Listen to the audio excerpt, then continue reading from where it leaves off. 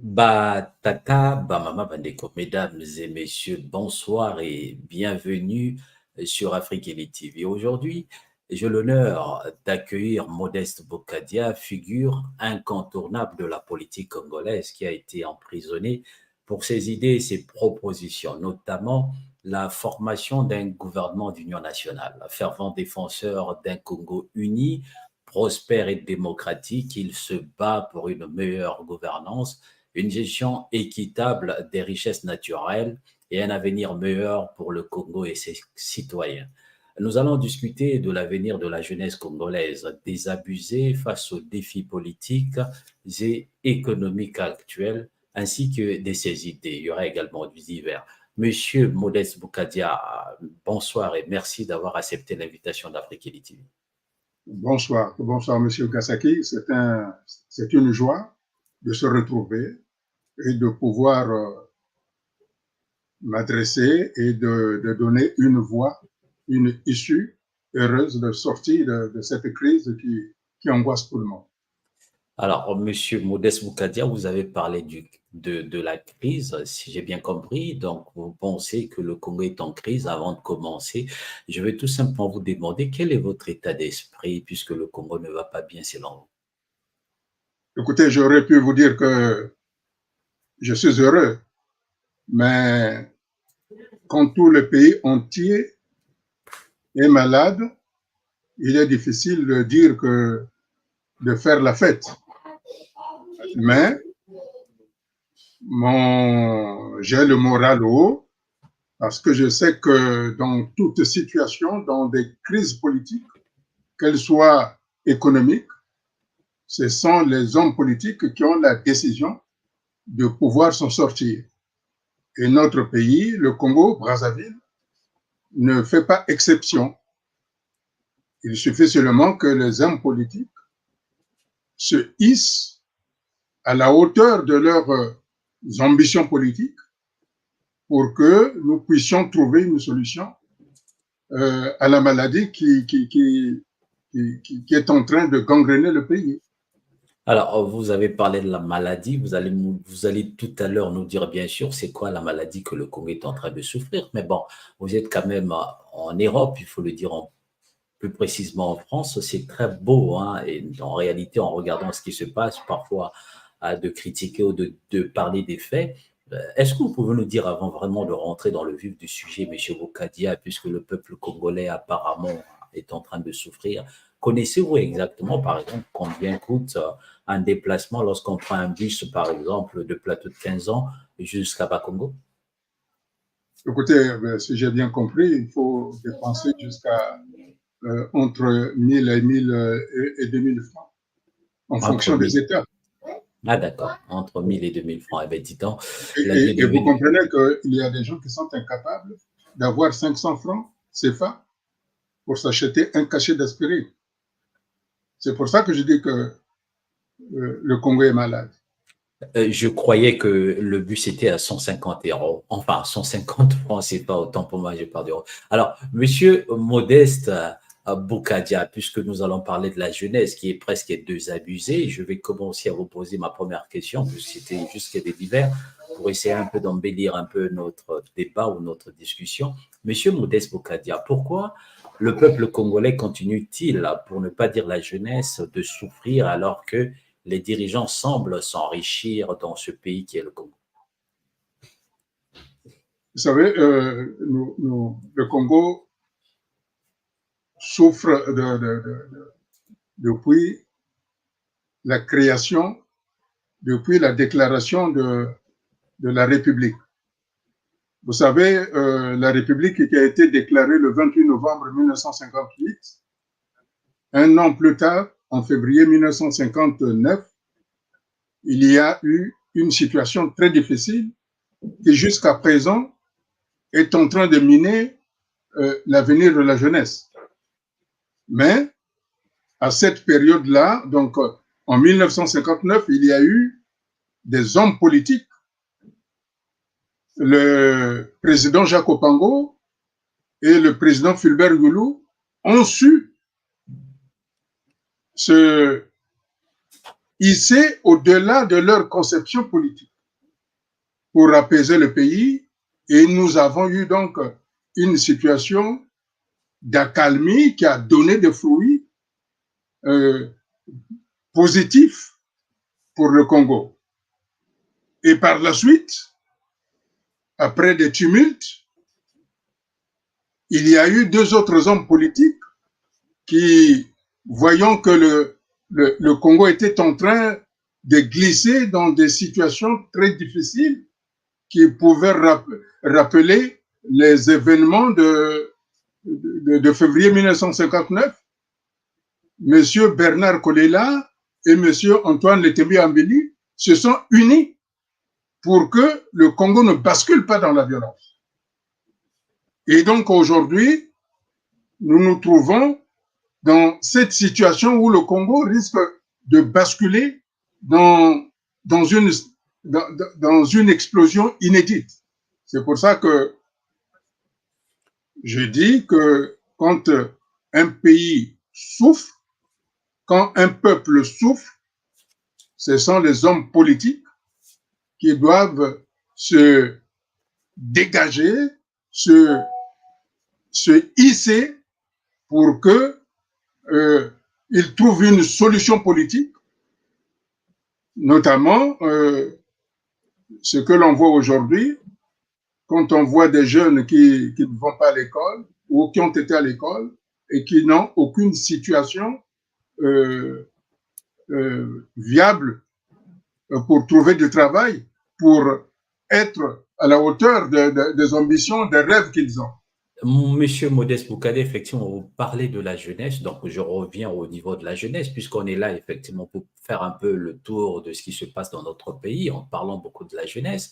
Vous le savez très bien, ma question est simple. La jeunesse congolaise aujourd'hui représente une majorité de la population congolaise, il faut le reconnaître. Pourtant, elle semble marginalisée par le manque d'opportunités.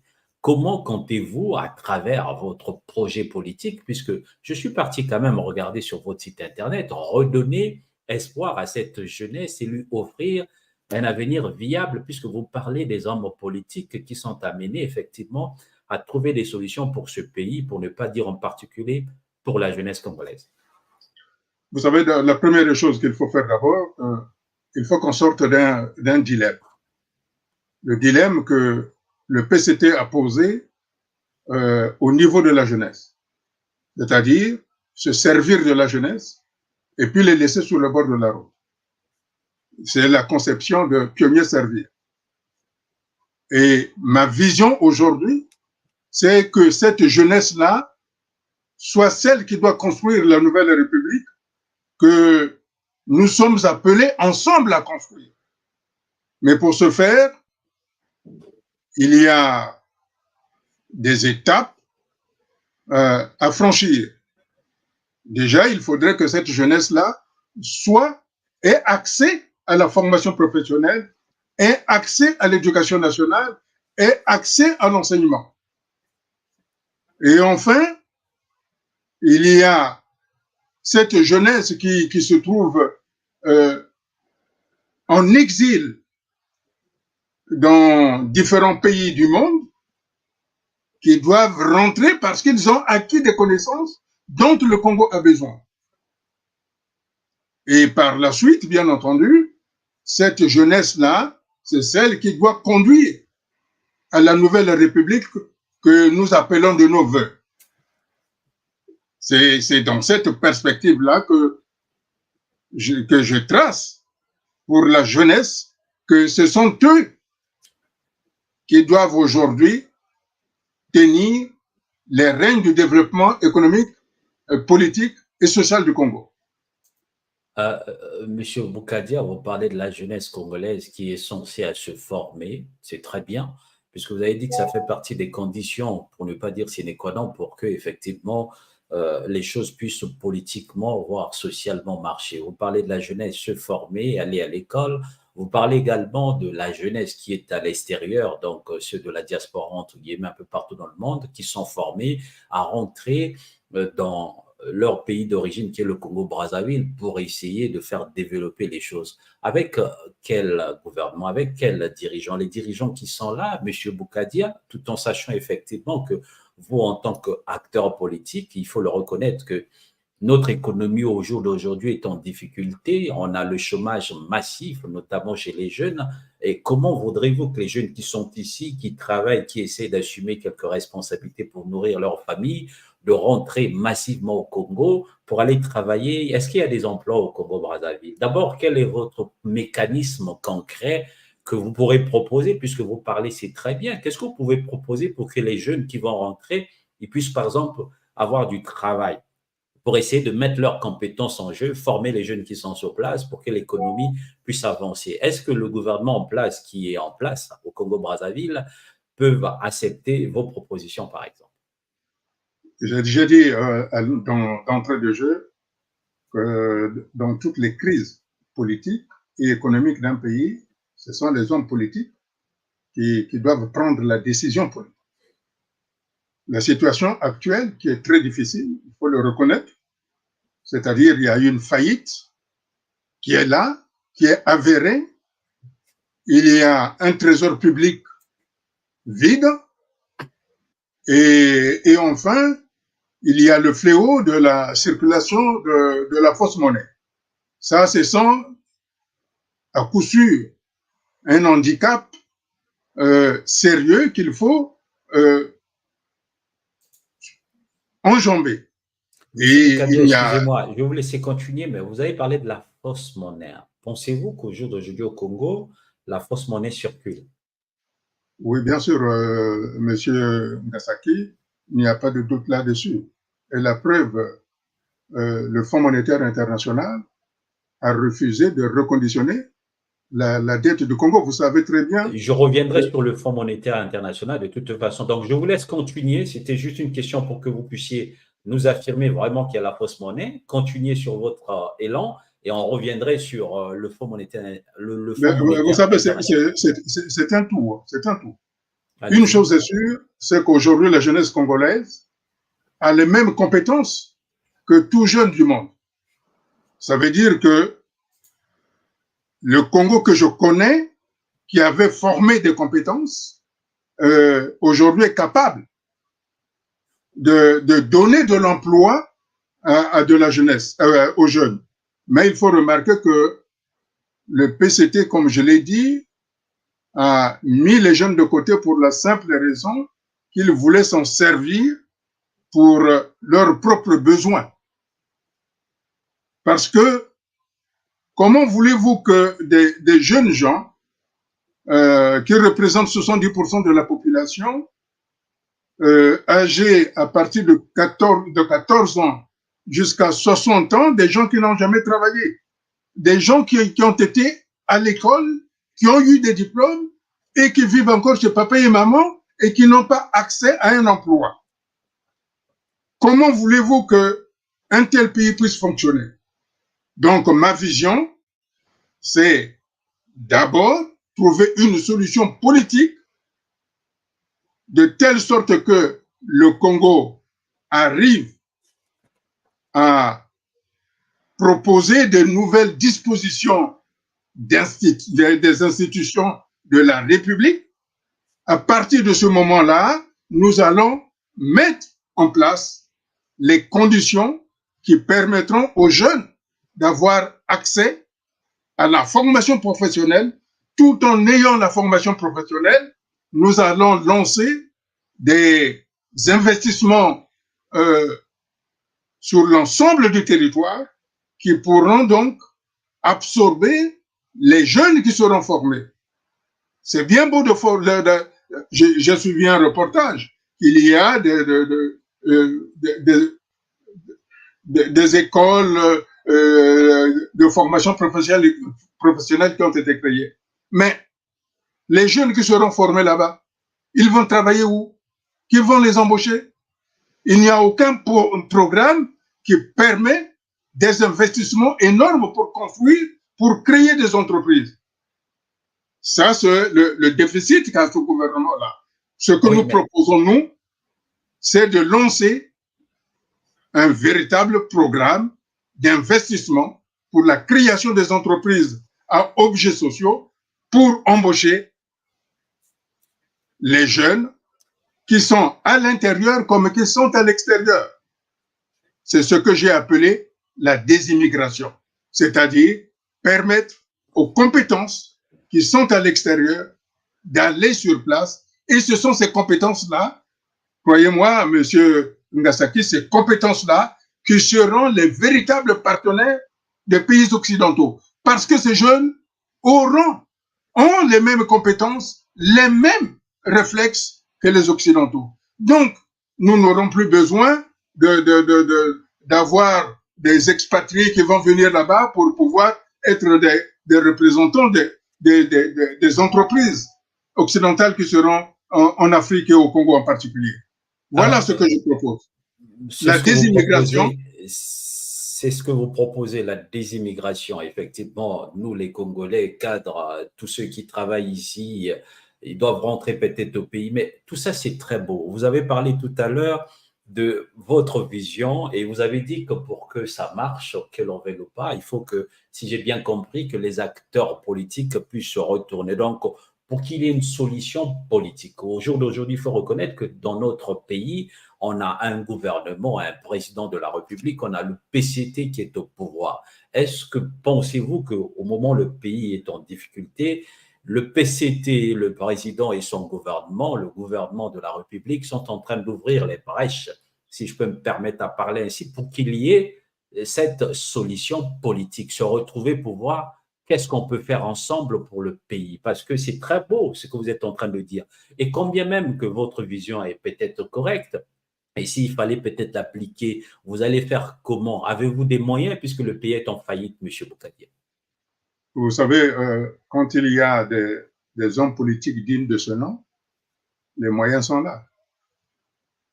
Oui, mais c'est que vous ne pouvez pas faire sans les autres. Vous allez faire comment? Je redis ce que j'ai dit d'entrée de jeu. Quand un pays est en crise, comme c'est le cas du Congo, les hommes politiques doivent cesser d'avoir des positions figées. Aujourd'hui, tout le monde se rend bien compte que rien ne fonctionne au Congo. Rien ne fonctionne au Congo, puisque même les dettes du Congo sont en train d'être rachetées par des institutions privées pour pouvoir, je ne sais pas la raison pour laquelle, des institutions privées rachètent les dettes du Congo, pour que le Congo continue de s'endetter davantage. Alors que la Banque des banques, c'est-à-dire le Fonds monétaire international, a émis des réserves importantes sur le reconditionnement de la dette du Congo. Ça veut dire qu'aujourd'hui, le pouvoir de Brazzaville n'a plus les moyens d'entraîner le Congo dans des programmes d'investissement parce qu'il n'en a pas les moyens. Le seul moyen qui reste aujourd'hui au pouvoir de Brazzaville, à Denis Sassou Nguesso, c'est de s'asseoir. Il n'y a pas de honte à dire que nous avons fait ce que nous pouvons, mais qu'aujourd'hui, nous ouvrons le pays à d'autres forces politiques qui sont à même d'amener des politiques économiques qui ont des partenaires beaucoup plus solides que eux. Ça, c'est facile à comprendre, ça. Bien entendu, il ne faudrait pas que cela soit perçu comme étant un échec de Denis Sassou Nguesso s'il fait appel à d'autres forces politiques. Oui, mais dans un pays, Boukadia, vous parlez des partenaires plus solides que eux. Vous êtes à l'opposition, vous avez un parti politique, je ne sais pas, vous êtes combien, vous n'avez jamais dirigé. Pensez que vous avez des partenaires plus solides que ceux qui sont au gouvernement, que le président de la République. Et puis, vous avez parlé de quelque chose que j'ai noté. C'est normal, le pays est en difficulté. Ils sont obligés, quelque part, j'insiste et je persiste là-dessus, en tout cas selon vous, de venir s'asseoir pour qu'on parle, pour que vous, les acteurs politiques, vous parlez des choses du pays. Mais on connaît, c'est pas aujourd'hui que vous demandez ça. Ce pays, ceux qui nous dirigent, c'est pas aujourd'hui qu'ils ont eu des difficultés. C'est pas pour la première fois. Mais généralement, ils vous écoutent pas, ils n'écoutent pas l'opposition, les acteurs politiques de l'opposition. Ils font en réalité qu'à leur tête, M. Boukadia. Pensez-vous que cette fois-ci, ils vont Non, accepter non, non. de s'asseoir avec vous pour parler? Non, non, monsieur Kodeketo, monsieur Ngasaki, il ne faut pas voir les choses comme ça. Il ne faut pas voir les choses comme ça. Vous savez, un politique, quel qu'il soit, a des difficultés de reconnaître qu'il est dans l'impasse. Vous avez cité l'exemple aujourd'hui que nous étions en France. En France, il y a eu des élections qui ont conduit le président français dans une impasse. Mais il a trouvé une solution. Ce n'est pas un échec, mais il veut que son pays avance. Donc aujourd'hui, je redis de manière claire que quand un pays est en danger, comme le Congo l'est aujourd'hui, il n'y a pas de honte, ni ce n'est une défaite, ni une victoire pour les uns et une défaite pour les autres. Non. Le fait que, vu la situation actuelle du pays, que Denis Sassou Nguesso puisse rencontrer, discuter avec des gens qui ont des partenaires, c'est pas un échec. C'est montrer qu'on peut aller au-delà, on peut aller de l'avant pour construire, pour donner un avenir à la jeunesse. Parce qu'après tout, lui, il va passer, Boukadia va passer, mais la jeunesse va rester. Alors, qu'est-ce qu'on va laisser à la jeunesse? Ce que nous devons laisser à la jeunesse, c'est lui offrir le pont qui permettra à la jeunesse de pouvoir le franchir pour conduire le pays vers d'autres destinées, ce que j'appelle la nouvelle République. C'est ça ce qu'il faut entendre. Monsieur C'est une... Boukadia, Monsieur Boukadia, je pense que ceux qui nous regardent, le peuple congolais, vous comprend très bien, je suppose et je crois. Mais bon, j'essaie d'être réaliste. Je ne suis pas politique, mais j'essaie d'être réaliste. J'essaie un peu depuis un certain temps d'observer un peu la vue politique de notre pays et surtout de ce gouvernement et de ceux qui nous dirigent. C'est pas pour la première fois, je leur ai dit encore, qu'on a eu des problèmes économiques ou sociaux où le pays est presque en burn-out, s'il faut dire les choses comme tel. Mais c'est que ce gouvernement et le président, ils ont toujours insisté, persisté dans leur manière de voir les choses. Moi, je vous pose une question concrète et normale. Pensez-vous réellement que cette fois-ci, malgré tout ce que vous venez de dire, je suis d'accord avec vous, enfin, je suis peut-être pas d'accord, mais bon, le peuple congolais, ceux qui vous suivent, ils ont écouté, mais pensez-vous vraiment cette fois-ci, ce gouvernement et le président de la République vont, en disant, regardez la vérité en face et dire que tout ne va pas. Socialement, ça ne va pas. Économiquement, ça ne va pas. Le pays est vraiment malade. Il faut faire asseoir les acteurs politiques de tous bords, de l'opposition et de la société civile, se retrouver pour voir qu'est-ce qu'on peut faire pour ce pays qui est notre pays, le Congo. Voilà la question que je vous ai posée qui est simple. Je crois que vous avez essayé de répondre, mais est-ce que pensez-vous cette fois-ci et ça va se passer ainsi? Maintenant, vous avez parlé en donnant l'exemple de la France. Oui, monsieur Boukadia, excusez-moi, mais la comparaison n'est pas raison. Et puis en France, c'est pour une première fois, vous le savez très bien, où un président de la République perd les élections, mais il prend quand même ceux qui sont arrivés en quatrième ou en cinquième position, il leur met à la tête du gouvernement. Un pays, c'est pour une première fois qu'en Europe, un pays où les derniers sont en train de diriger presque. Si le président Macron avait respecté effectivement les us et coutumes un peu de la République, c'est pas la droite qui sera au pouvoir, monsieur. Donc, vous voyez, est-ce que vous accepterez que ceux de Brazzaville fassent la même chose? C'est-à-dire qu'ils ont échoué, mais qu'ils restent toujours là.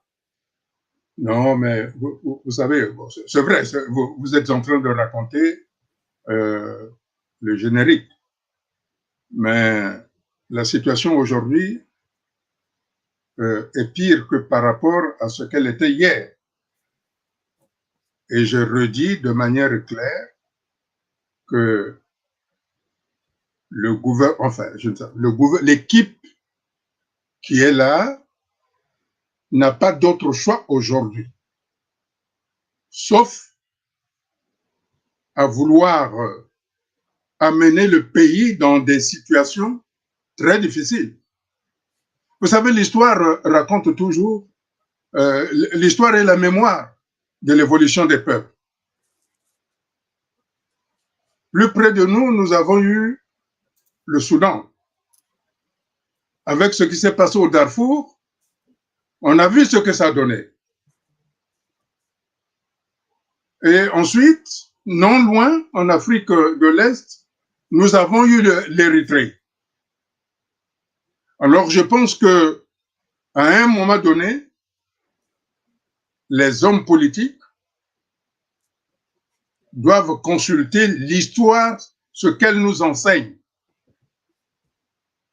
Évidemment, de la manière dont vous exposez les problèmes, vous soulignez effectivement que la situation qui est au Congo aujourd'hui interroge. Pourquoi Denis Sassou Nguesso n'arrive pas à faire asseoir au cours d'une conférence internationale les différents acteurs? Tout simplement parce que nous nous trouvons dans un pays qui a deux États. Il y a l'État PCT d'Oyo qui se comporte comme le Lesotho à l'intérieur de l'Afrique du Sud. Et donc, ce qui regarde la République du Congo, née de la déclaration du 28 novembre 1958, n'intéresse pas M. Sassou. Ce qui l'intéresse, c'est l'État PCT d'Oyo. C'est la raison pour laquelle, très certainement, il trouve inopportun de consulter les autres responsables politiques pour trouver une solution d'ensemble. Or, cette situation qu'il est en train de figer peut entraîner des choses beaucoup plus difficiles.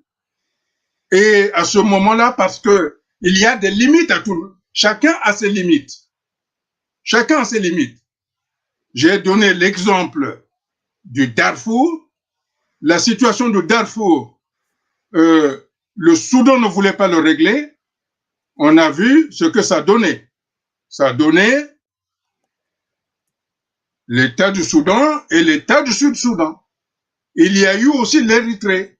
Et moi, je pense que lorsque les gens parlent, surtout que dans cette période-ci, où le Congo n'a plus d'accès au crédit international à cause de nombreuses dettes et où le Fonds monétaire international ne souhaite plus reconditionner les dettes du Congo et où le trésor public est à sec, alors je ne crains que les jeunes ne se satisfassent des discours lénifiants de l'État PCT. Voilà ce que j'ai dit.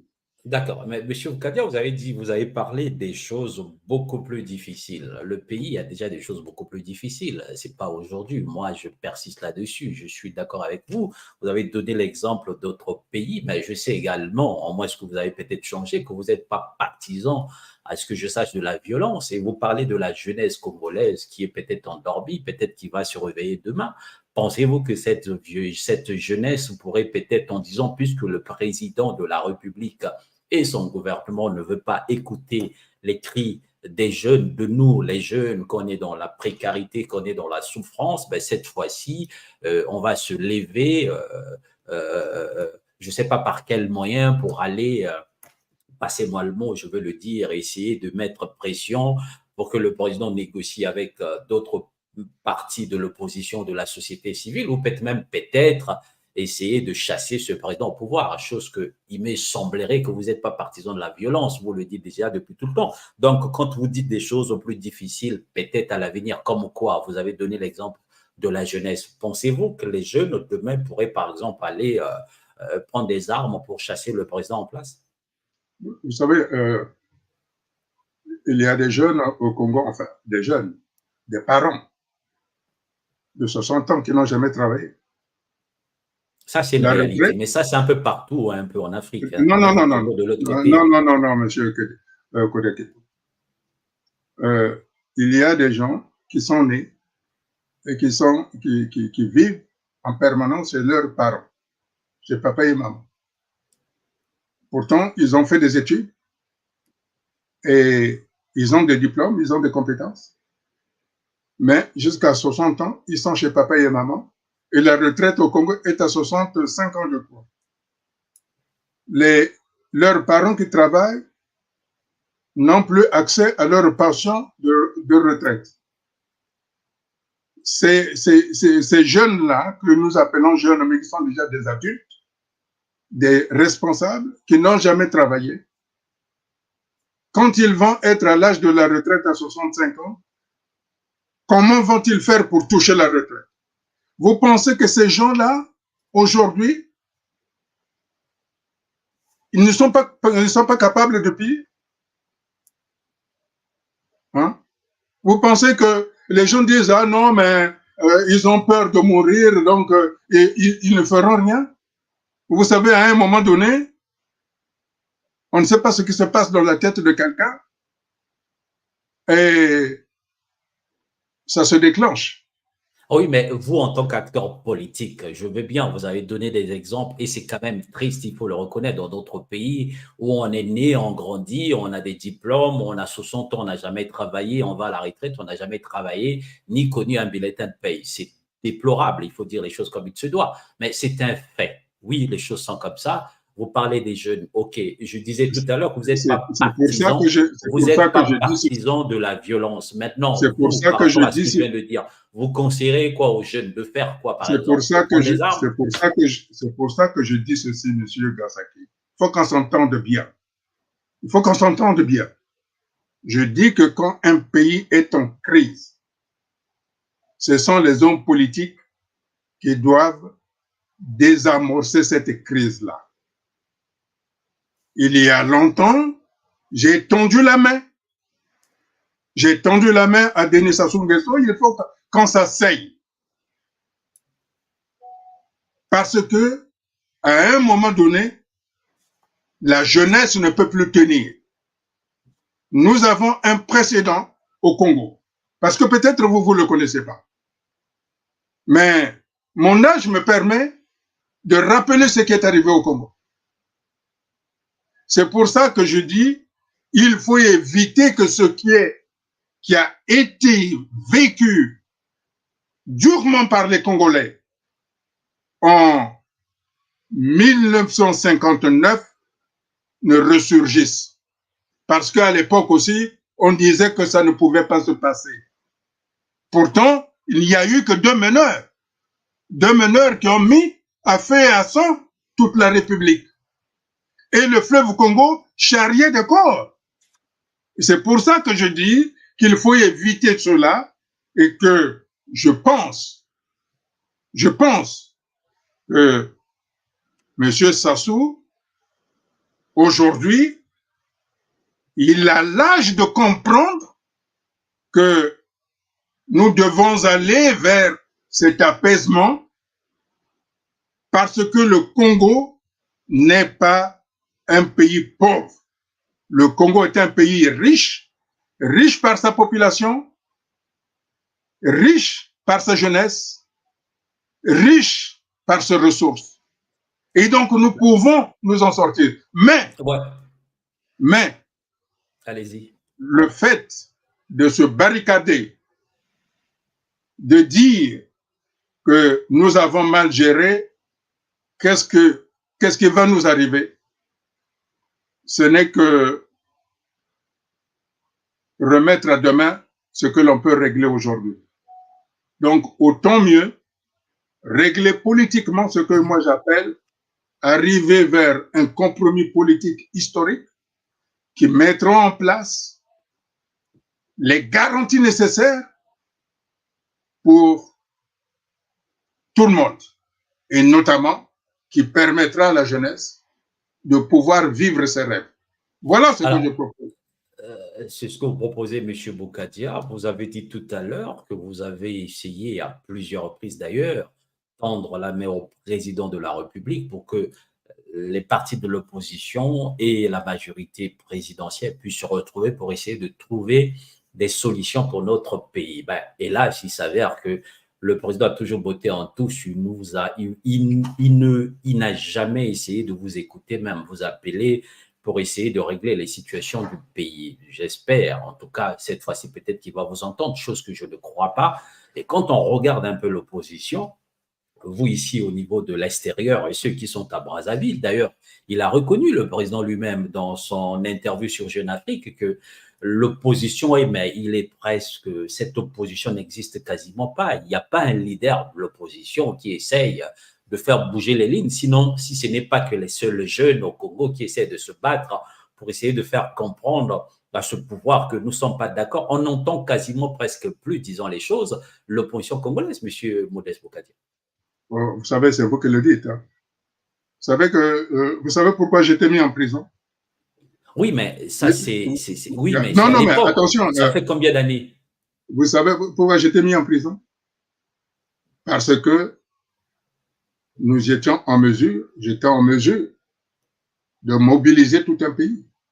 Oui, mais c'est que maintenant, vous ne pouvez plus mobiliser, M. Boukadia. C'est ce que vous dites. Ben oui, mais maintenant, vous êtes à l'extérieur, vous n'êtes pas à l'intérieur. Vous êtes à l'extérieur, vous aurez du mal à mobiliser quand on est à l'extérieur, M. Boukadia. Sérieusement, vous êtes à l'extérieur. Mais M. Ngasaki. Ça va être difficile pour vous. Monsieur Ngasaki. Mais revenons sur l'opposition. Est-ce que vous, c'est vrai non, M. Ngasaki. Mais c'est qu'on n'entend pas l'opposition. Monsieur Ngasaki, il faut qu'on se mette d'accord.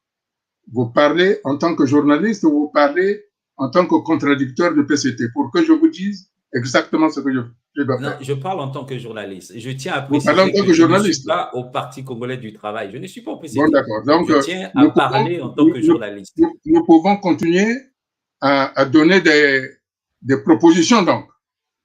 Allez-y, mais c'est que, je suis d'accord avec vous, mais je vous parle des réels, monsieur Boukadia. Est-ce que vous êtes d'accord que l'opposition n'existe quasiment pas au Congo-Brazzaville, peut-être pas à l'extérieur? Est-ce que vous êtes d'accord? Vous n'êtes pas nombreux, monsieur Boukadia, à s'exprimer.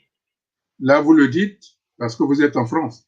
Vous ne savez pas ce que les gens de l'opposition vivent là-bas. Hein? Ils vivent quoi? Moi, j'ai fait la prison. J'en suis sorti. Alors, écoutez que je vous dise. Allez. Moi, j'ai fait la prison, je suis sorti parce que j'ai des amis. Si je n'avais pas des amis, je ne serais pas sorti.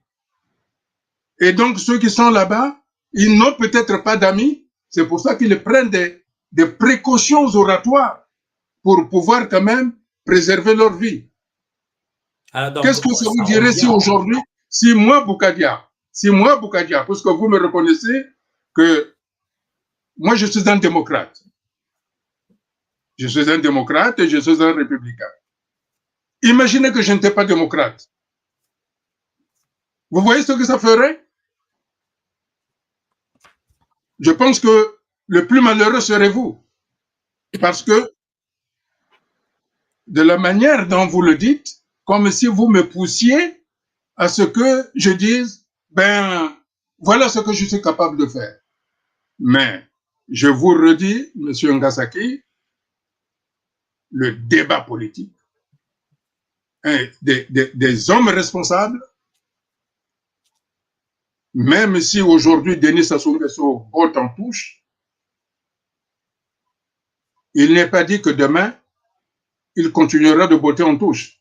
Ben, Monsieur Modeste Boukadia, je reviens sur l'opposition congolaise. Vous avez donné l'exemple de ceux qui sont à Brazza en donnant votre propre exemple par rapport à ce que vous avez subi et les connaissances qui ont fait que Dieu merci, vous êtes ici. Mais vous parlez également tout à l'heure, quand on a commencé, de la jeunesse en disant que cette jeunesse est imprévisible. On ne sait pas ce qui se passe. Vous avez donné même l'exemple de 1958. À un moment donné, les gens sont fatigués. 59, autant pour moi. à un moment donné, les gens sont fatigués. L'opposition qui sont à Brazzaville, qui est les gens de l'opposition, c'est vrai qu'ils ont peur peut-être de leur vie, mais quand on fait de la politique, on n'a pas peur de leur vie. Hein. Sérieusement, on n'a pas peur de sa vie quelque part. On assume un peu ses responsabilités lorsque ça ne marche pas. Aujourd'hui, on a le général qui est en prison avec Okombi. Vous voyez ce que je veux dire? Donc, à un moment donné, moi, je le dis par rapport à l'opposition qui se trouve à Brazzaville. On entend beaucoup plus des jeunes que vous êtes en train de dire, qui sont peut-être un peu plus courageux, qui prennent des risques que l'opposition à Brazzaville. Là, au moins, vous pouvez le reconnaître quand même. Ben, ces Mais jeunes qui ont peut-être besoin de c'est la vivre raison pour encore laquelle plus, ils prennent des risques aujourd'hui par rapport à, passez-moi l'expression, à l'opposition qui est à Brazzaville, des gens qui ont dépassé peut-être même déjà des 60 ans, des 70 ans, je n'en dis combien pas, mais ils sont où? On n'entend plus parler de l'opposition. C'est la vérité, M. Boukati. c'est la raison pour laquelle je dis que l'avenir du Congo est entre les mains de la jeunesse et que cette jeunesse a les capacités, a les moyens d'amener la République vers une autre destinée. C'est ce que je dis. Je ne suis pas là pour amener les jeunes à se sacrifier comme ça, c'est la responsabilité du PCT qui a utilisé la jeunesse en les armant, en les faisant tuer et puis en les jetant. Moi, les jeunes, le Congo en a besoin pour construire le pays. Ce sont les acteurs majeurs pour le pays. Donc, nous ne pouvons pas les instrumentaliser pour qu'ils servent de chair à canon. Nous devons leur donner une formation professionnelle, nous devons leur donner les moyens, créer des entreprises pour qu'ils deviennent des acteurs de la nouvelle République. Et c'est là, je crois, que chacun doit le comprendre. Et la première personne qui doit comprendre l'enjeu de la jeunesse, non seulement dans les discours, c'est Denis Sassou Nguesso. C'est Denis Sassou Nguesso qui doit reconnaître qu'il faut faire quelque chose pour ces jeunes-là. Mais ce n'est pas seulement dans les discours, mais de créer les conditions d'un apaisement politique, de telle sorte que le pays trouve un modus vivendi, c'est-à-dire un compromis politique historique qui permette à ce que le pays respire mieux. C'est ce qu'on attend de lui, rien d'autre. Sauf, comme je l'ai dit, il se dit, je suis dans mon état d'Oyo indépendant, j'ai tout, et donc les autres Congolais peuvent mourir, après tout. Hein? Mais vous voyez, par exemple, c'est triste ce que je veux dire. Hein? Il y a beaucoup de gens qui meurent au Congo. Hein? J'espère qu'il est à foi des jeunes de mourir. J'espère que ça le touche. Hein? J'espère que ça le touche quand il y a des jeunes qui meurent. Hein? Monsieur Modeste Bokadia, je pressens quand même qu'effectivement, lorsque vous parlez de ce qui concerne le Congo, vous êtes vraiment là-dedans. On sent quand même une sorte de frustration. Je peux comprendre parce que vous êtes un acteur politique, vous voulez que les choses puissent marcher dans notre pays. Alors, le président de la République, j'espère, peut-être qu'il ne regarde pas, on va lui ramener notre émission, il va le regarder.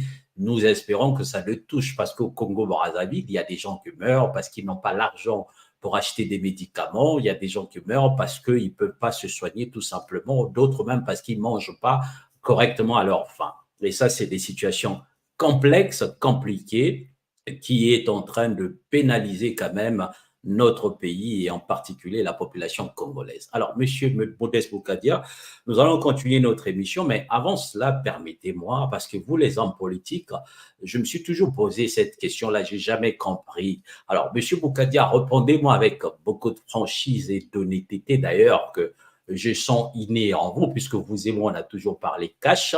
J'ai remarqué que lorsque je vous pose des questions où j'essaye un peu de persister, d'insister un peu, automatiquement, vous me faites sortir comme étant un journaliste du PCT ou j'ai peut-être une carte du PCT. Et bizarrement, je ne sais pas, depuis que vous avez su connaître que je m'appelais également Ngasaki, parce qu'hier, vous m'appeliez Kodia, et je tiens à vous dire que mon père est du Sud, ben maintenant, c'est Monsieur Kodia. Et Monsieur Ngasaki, ça me va droit au cœur. Ma question était simple, Monsieur Boukadia. On vous a dit quelque part que j'étais un membre du Parti congolais du travail. Pourquoi je le dis? Parce que ça fait 2 fois quand on fait des émissions, lorsque j'insiste là-dessus dans mes questions, ça fait comme si j'encourage le pouvoir en place. Je fais des éditos où je critique ce pouvoir de A à Z. Paradoxalement, lorsque je suis avec un membre de la majorité présidentielle, c'est-à-dire qui accepte bec et ongle le pouvoir du président Denis Sassou Nguesso, lorsque j'insiste aussi dans mes questions, eux aussi, ils disent que je suis quelqu'un de l'opposition. Bon, je vais faire quoi finalement, bah, Congolais? Nazo comprendre Binoté, répondez à ma question. On vous a dit que j'étais un membre du PCT? Mais Monsieur Kodeketo, vous savez que nous sommes dans la rhétorique politique. Vous savez que nous sommes dans la rhétorique politique.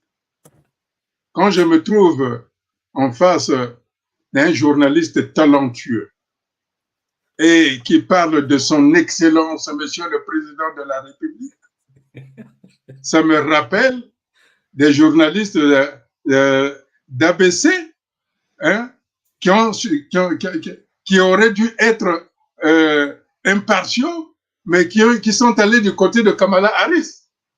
Donc, de la manière dont vous abordez des questions quand il s'agit de Denis Sassou Nguesso, d'ailleurs, chaque fois, vous insistez, c'est son excellence. Un journaliste tel que je vous connais, vous êtes un homme indépendant, ne peut pas s'encombrer des qualificatifs qui n'ont pas lieu d'être dans un journal. Il faut laisser ça dans les tribunes officielles des Nations Unies. Là, nous parlons au peuple. Nous parlons au peuple. Vous pensez que quand vous dites Son Excellence, Monsieur le Président de la République, ceux qui ont eu leurs enfants mourir, ils sont contents de vous entendre comme ça? Hein? Ceux qui n'arrivent pas à se nourrir, à avoir un billet de 500 francs pour acheter un cachet d'aspirine, ils sont contents de savoir qu'il y a un excellence Denis Sassou Nguesso. Mais ils s'en foutent. Ils s'en foutent, Monsieur Ngasaki. Et je suis heureux de vous appeler Monsieur Ngasaki. Ne trouvez pas ma liste en cela. Je suis heureux. Vous savez que moi j'ai de la famille au Wando là-bas. Vous savez que le président Loulou a laissé de la famille au Rwanda. Vous savez que quand les membres du parti CDC étaient en prison, ce sont les populations d'Infondo et de Wesso qui les ont pris en charge. C'est pour ça que je suis heureux de discuter avec vous. Mais dans la politicienne, il faut accepter aussi que quand vous êtes trop complaisant avec le PCT, qu'on vous le dise.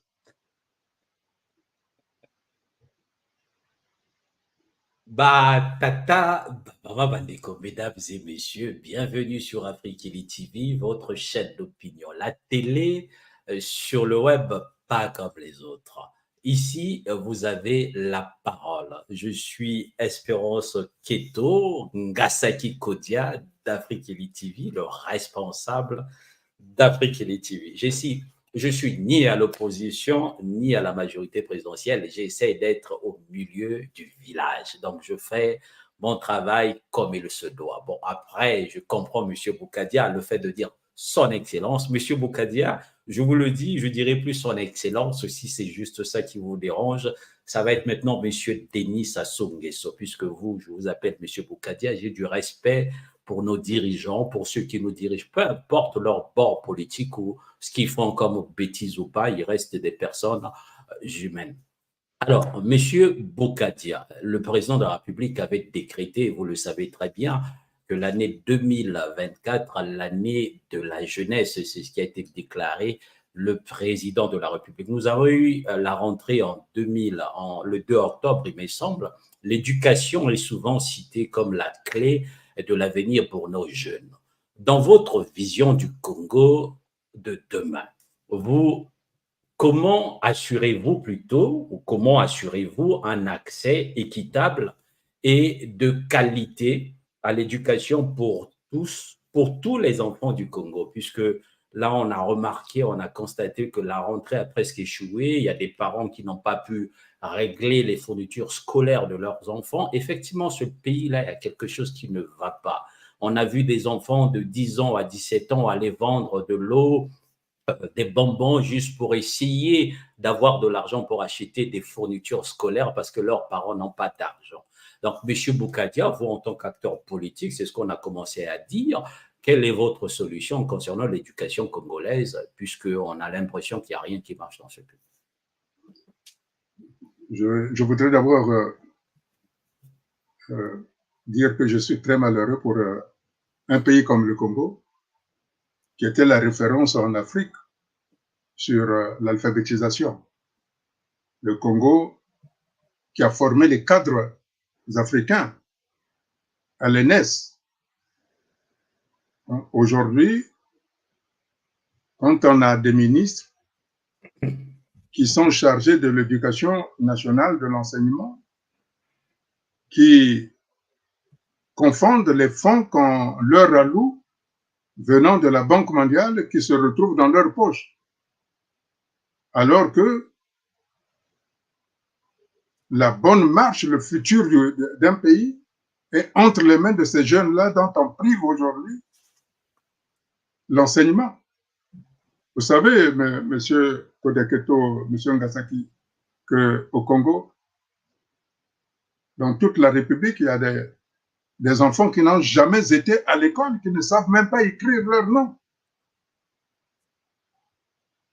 Alors, ce qu'il y a lieu à faire, en tout cas, c'est ce que nous proposions, tous les établissements créés de toutes pièces par les membres qui sont au pouvoir seront nationalisés et que les enfants ne payeront pas des droits. Nous prendrons en charge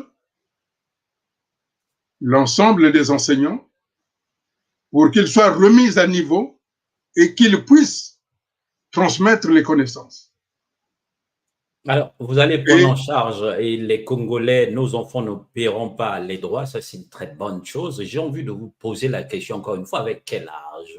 Pensez-vous que ça va être incessamment, puisque l'élection présidentielle c'est en 2026, je pense vraiment pas, en tout cas quand j'observe un peu la politique congolaise, que le président, ce président, pour ne pas dire son excellence, mais ce président actuel et son gouvernement, comme d'habitude, sont tellement têtus qu'ils ne vont pas vous réunir là pour essayer de trouver des solutions, avoir un gouvernement d'union nationale. Donc, il faut attendre peut-être 2026 pour les élections présidentielles, bien sûr. Donc, pensez-vous que vos projets que vous êtes en train de faire là, en 2026, M. Boukadia, en vous regardant comme Kaysa Koutoura dans les yeux, seriez-vous candidat à l'élection présidentielle pour essayer de changer les choses? Ben, vous savez, est-ce que vous seriez candidat en 2026? Moi, je ne parierai pas aux élections de 2026. Est-ce que vous seriez candidat en 2026? Je vous dis que je ne parierai pas. D'accord, vous n'allez peut-être pas parier, il n'y aura pas non plus un coup d'État. Est-ce que vous seriez candidat en 2026? Est-ce que vous savez ce qui peut arriver d'ici le janvier? Personne ne le sait, mais est-ce qu'en 2026, vous seriez candidat? Est-ce que vous serez là en 2026? En tout cas, je l'espère. Mais je ne serai pas candidat. Non, nous en reparlerons en 2026. D'accord. Alors, Monsieur Oui, Boukadia, certains estiment, je reviens sur la jeunesse, c'est très très important. Certains, je dis bien certains d'entre nous, on est beaucoup à estimer que la jeunesse congolaise est désabusée, non seulement à cause du gouvernement actuel qui fait n'importe quoi, il faut le reconnaître, il faut dire les choses comme il se doit, mais aussi à cause d'une opposition politique divisée, ce qu'on avait commencé à parler, et inefficace. Vous, en tant qu'acteur politique, quelle est votre responsabilité en tant qu'homme politique de longue date dans cette situation, puisque c'est pas hier, c'est pas aujourd'hui que vous faites de la politique. Vous, voilà, ça fait belle lurette que vous faites de la politique. Quelle est votre situation dans cette histoire de la jeunesse congolaise?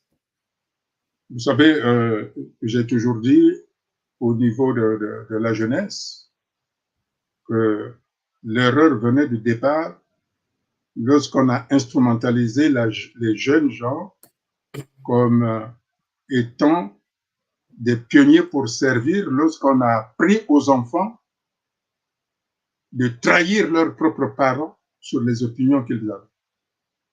Ce sont ces jeunes-là aujourd'hui qui sont devenus des adultes.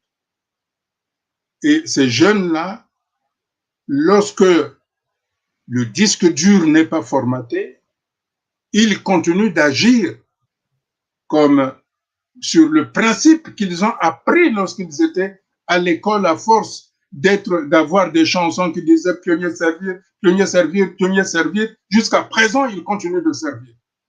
La preuve, presque tous, ils attendent qu'on leur donne 2000 francs, des t-shirts et de la bière.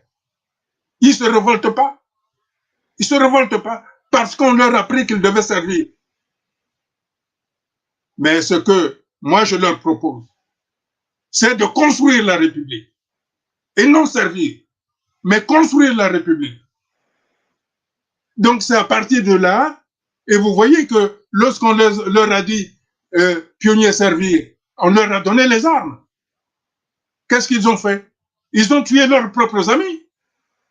Ils ont tué les jeunes en leur disant que ah non, les jeunes de Madingu, c'était pas vous, les jeunes de Kayi, c'était pas vous, les jeunes de Kinkala, c'était pas vous, les jeunes de Kélé, c'était pas vous, mitraillez-vous. Alors que les jeunes, qu'ils soient de Kélé, qu'ils soient de Mfati, qu'ils soient de Makwa, qu'ils soient de Kakamweka, c'est un jeune de la République. Et on les a instrumentalisés, on les a abusés, en leur donnant des armes, ils se sont entretués, eh bien, ils ne peuvent plus avoir la capacité de s'unir pour devenir une force. Or, ce que je leur propose aujourd'hui, c'est que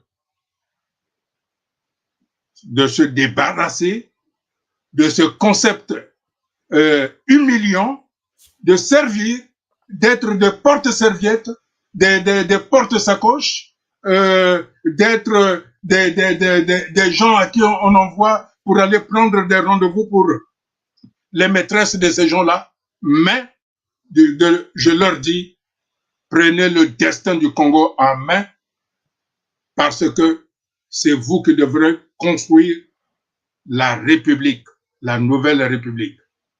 Et si vous prenez ce destin en main, de savoir que vous allez construire la République, alors je vous garantis, l'union nationale est à la portée.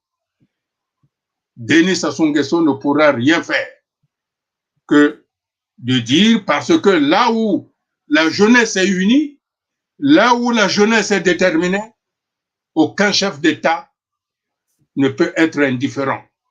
Parce que ça va être la crue qui risque de l'emporter. C'est pour ça que je redis de manière claire,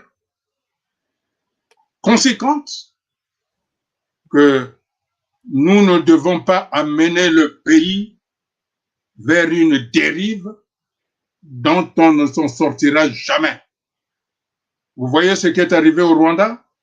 On a voulu prendre le pouvoir de force en abattant l'avion où se trouvaient deux chefs d'État. Vous voyez ce que ça donnait le Rwanda. Alors il faut éviter que de telles aventures puissent advenir au Congo. Alors, il est vrai, j'ai donné l'exemple. Il y a eu l'Afrique du Sud. L'Afrique du Sud était très atroce avec l'apartheid. Mais aujourd'hui, c'est vrai qu'il y a des disparités. Mais ils vivent en paix, malgré les distensions que l'on peut entendre par ici. Prenez le Chili, avec Pinochet et Allende. Vous voyez aujourd'hui le Chili. Prenez le Ghana. Qu'est-ce que ça a donné le Ghana? Au Ghana, on avait assassiné un président, mais par la suite, ils se sont entendus. Alors, je pense que il ne faut pas prendre la décision ou être attentiste pour connaître le sort de tel ou tel président. Alors, je pense que M. Sassou, qui connaît l'histoire du Congo, doit écrire les mémoires. Il faut qu'il écrive les mémoires pour qu'on ne dise pas, comme lui-même il avait dit. Il avait dit à Moncton au Canada que tous les cadavres qui sont dans mon placard ne sont pas les miens. Alors il faut qu'il écrive l'histoire pour que les Congolais connaissent leur histoire. Il faut finir avec l'histoire qui commence en 1969. Il faut finir avec ça. Il faut qu'on reparte au point de départ. Et le point de départ, c'est le 28 novembre 1958. Il faut que lui aussi il rentre dans l'histoire. J'ai déjà dit ceci. Si nous n'avons pas l'union nationale, allez-y. Si nous n'avons pas l'union nationale, les écoles, les routes, les immeubles qu'il aura construits, tout ça, ça va être détruit, balayé. Mais la seule chose que les Congolais retiendront, oui, il y a eu un président qui a fait l'union nationale. Comme nous rappelons à tout instant Jacques Opango et Fulbert Youlou. Comme nous rappelons Antoine Letembe Ambili et Bernard Kolela. Donc, Monsieur Sassou doit aussi laisser un nom dans l'histoire.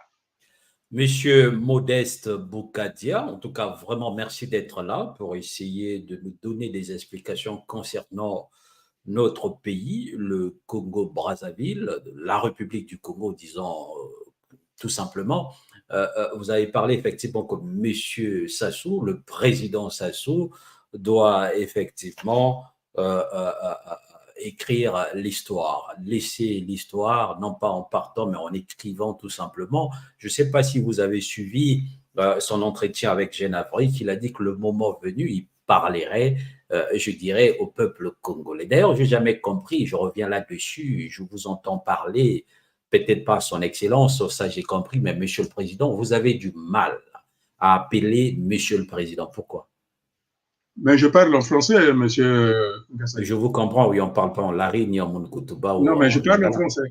C'est-à-dire qu'en français, il y a des tournures, comme on peut appeler Emmanuel Macron, mais on ne peut pas dire Macron. On dit Emmanuel Macron ou le président Macron. Et donc, je dis Denis Sassou Nguesso ou Monsieur Sassou. Alors, bon, ma question est simple, rapide. C'est tout ça ne simplement. prendra même pas 15 secondes. Est-ce que vous le considérez comme le président de la République du Congo? J'ai déjà répondu à cette question. Ah, j'ai pas suivi. Que le fait de l'élection qui avait été tronquée par la Cour constitutionnelle du Congo, c'est la Cour constitutionnelle du Congo qui en a fait un président de fait. Donc la responsabilité de ce que nous vivons incombe complètement à la Cour constitutionnelle, qui n'avait pas veillé à la lecture, la lecture telle qu'elle est de la Constitution.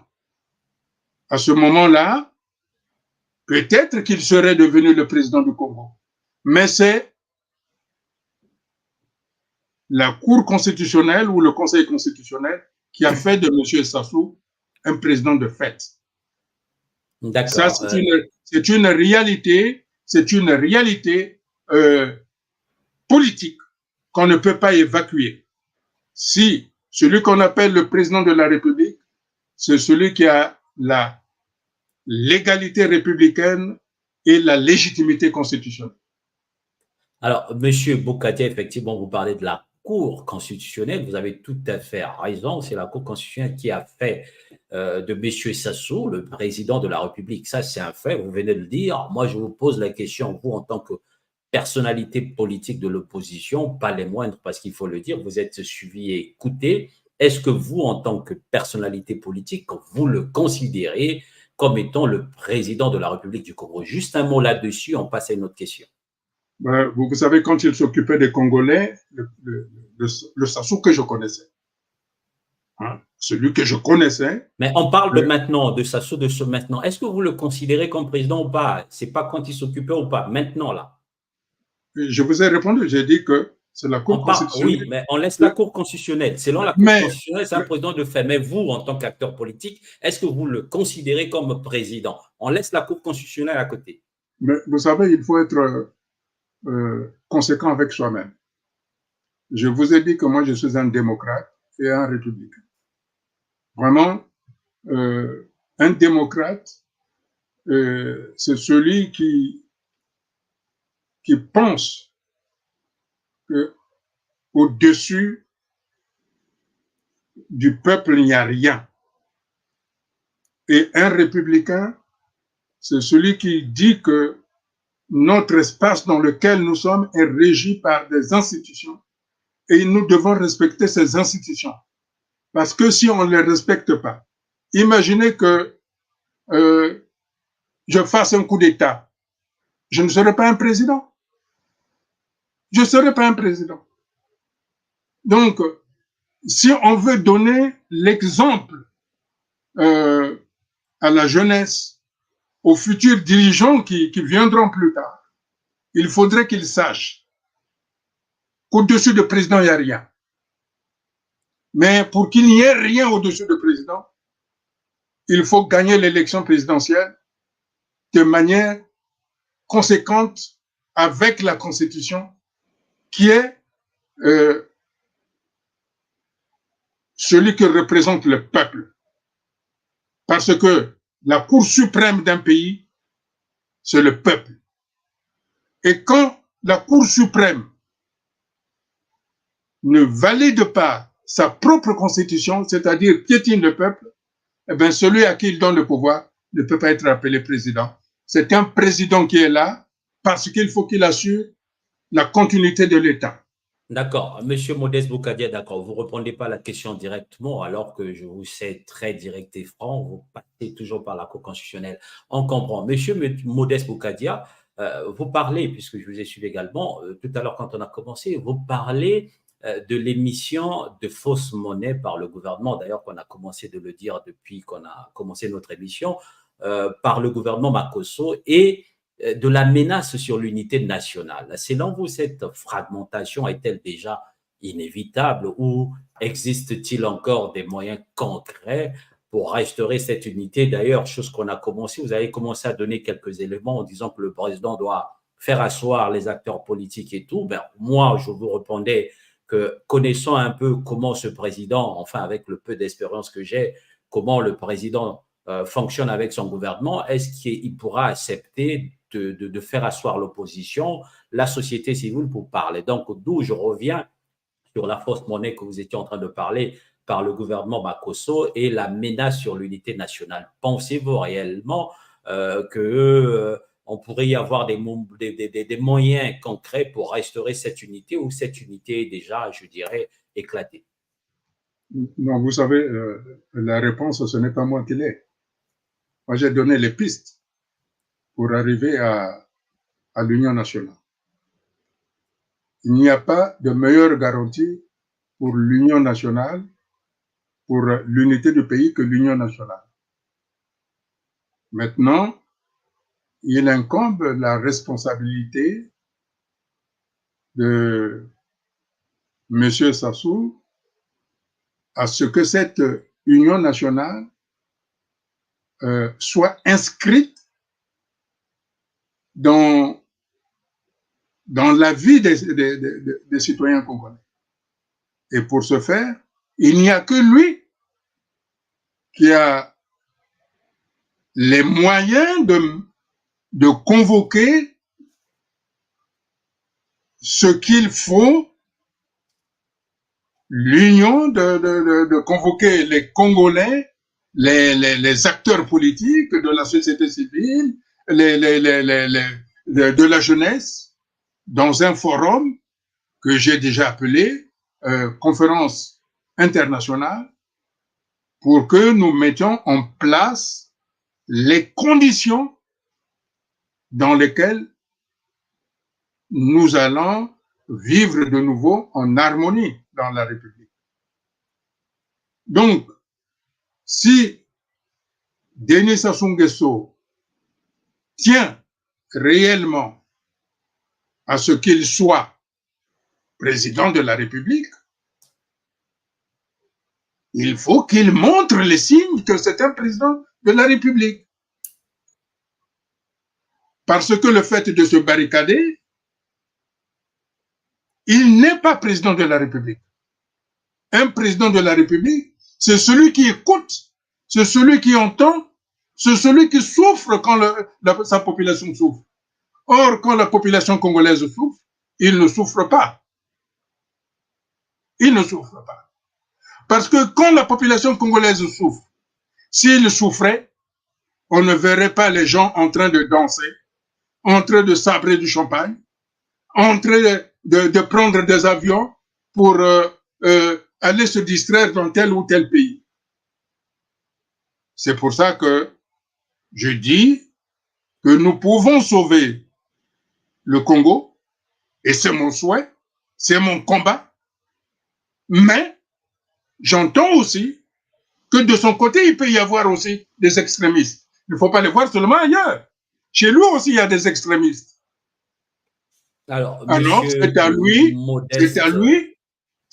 de rassurer ces extrémistes en leur disant, nous allons trouver des solutions pour la confusion que vous avez eue entre le trésor public et vos poches. Comme ça, l'argent qu'ils ont mis ailleurs, ils vont les investir en créant des entreprises pour la jeunesse. À ce moment-là, ils ne seront pas poursuivis. Il n'y aura aucune crainte. Parce qu'il ne faut pas oublier que les crimes économiques, c'est comme les crimes de sang, ils sont imprescriptibles. Ça, vous le savez, surtout que vous êtes dans le domaine de la finance. Monsieur Gasaki. Monsieur Modeste Bokadia, est-ce que les téléspectateurs sont obligés de savoir que je suis dans le domaine de la finance? Non, mais... Monsieur Modeste Bokadia. C'est pourquoi je vous dis ça. Pourquoi je vous dis ça? C'est pour ça que de l'autre côté, il y a aussi des extrémistes. Et je comprends leur peur. Mais je reprends ce qui s'est passé en Afrique du Sud. Ou ce qui s'est passé en ça, on a compris, on a déjà compris. Non. En Afrique du Sud, qu'est-ce qui s'est passé? Rapidement. Qu'est-ce qui s'est passé en Afrique du Sud? Les gens qui avaient détourné beaucoup d'argent, on leur a dit, investissez. Si vous n'investissez pas, vous allez en prison. Ils ont investi. Au Congo, on va dire, vous avez confondu, vous avez détourné de l'argent. Créez des entreprises pour les jeunes. Mais ne créez pas des entreprises pour votre famille. Mais créez des entreprises pour la République. Mais Monsieur Modeste Bokadia, vous avez tout à fait raison. On n'a même pas besoin d'attendre demain, après-demain, 2025, 2026 pour le dire. On le dit maintenant là. Tous ceux qui ont volé de l'argent de la République, les voleurs en col blanc, tous ceux qui ont volé, qui se reconnaissent, je dis bien tous ceux qui ont volé, qui se reconnaissent qu'ils ont volé l'argent de la République, qui sont aujourd'hui des milliardaires, même pas en CFA, mais en dollars.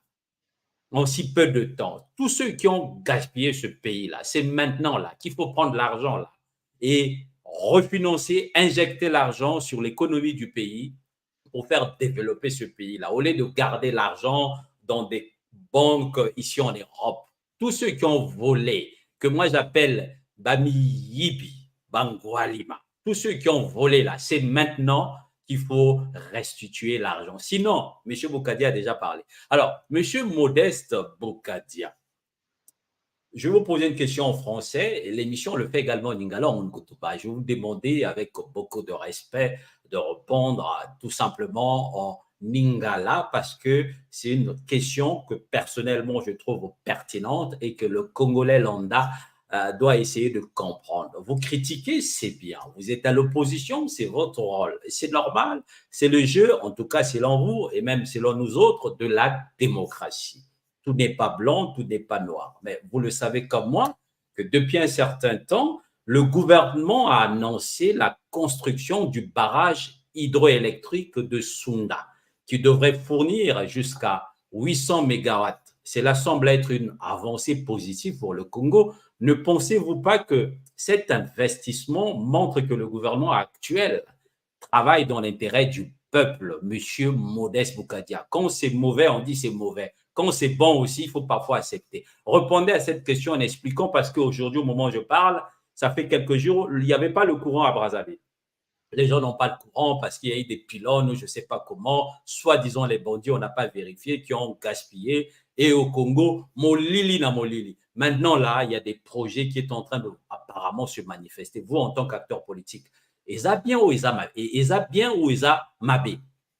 Monsieur Kodeketo, M. Ngasaki, vous savez que ce projet est un projet qui date depuis 1960, initié par le président Youlou, qui devait le faire construire par les États-Unis, l'Allemagne et la France, y compris, je crois aussi, par Israël.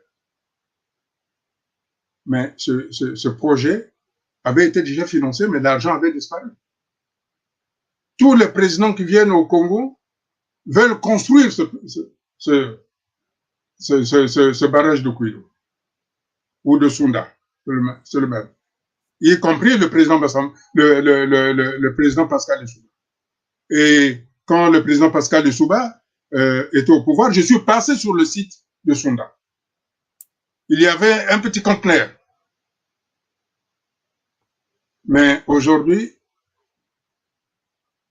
le régime de M. Sassou va construire le barrage de Sunda avec quel argent? Avec quoi? Avec l'argent des prêts chinois. Vous savez, il y a, à un moment donné, il faut cesser la politique des slogans. Il faut cesser la politique des slogans. Donc, vous ne croyez pas? Sinon, ce barrage-là ne sera pas financé. Ça, je vous donne ma parole, ne sera pas financé. Parce que quand vous voyez le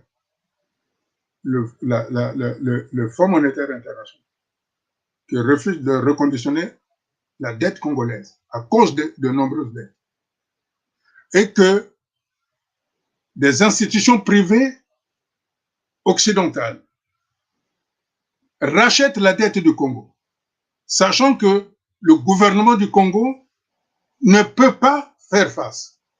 Il faut se poser la question, pourquoi des institutions privées rachètent-elles, cette dette-là? Est-ce que c'est pour se prémunir d'un prochain en disant, ben, nous aussi, on doit être de la partie parce que nous avons votre dette.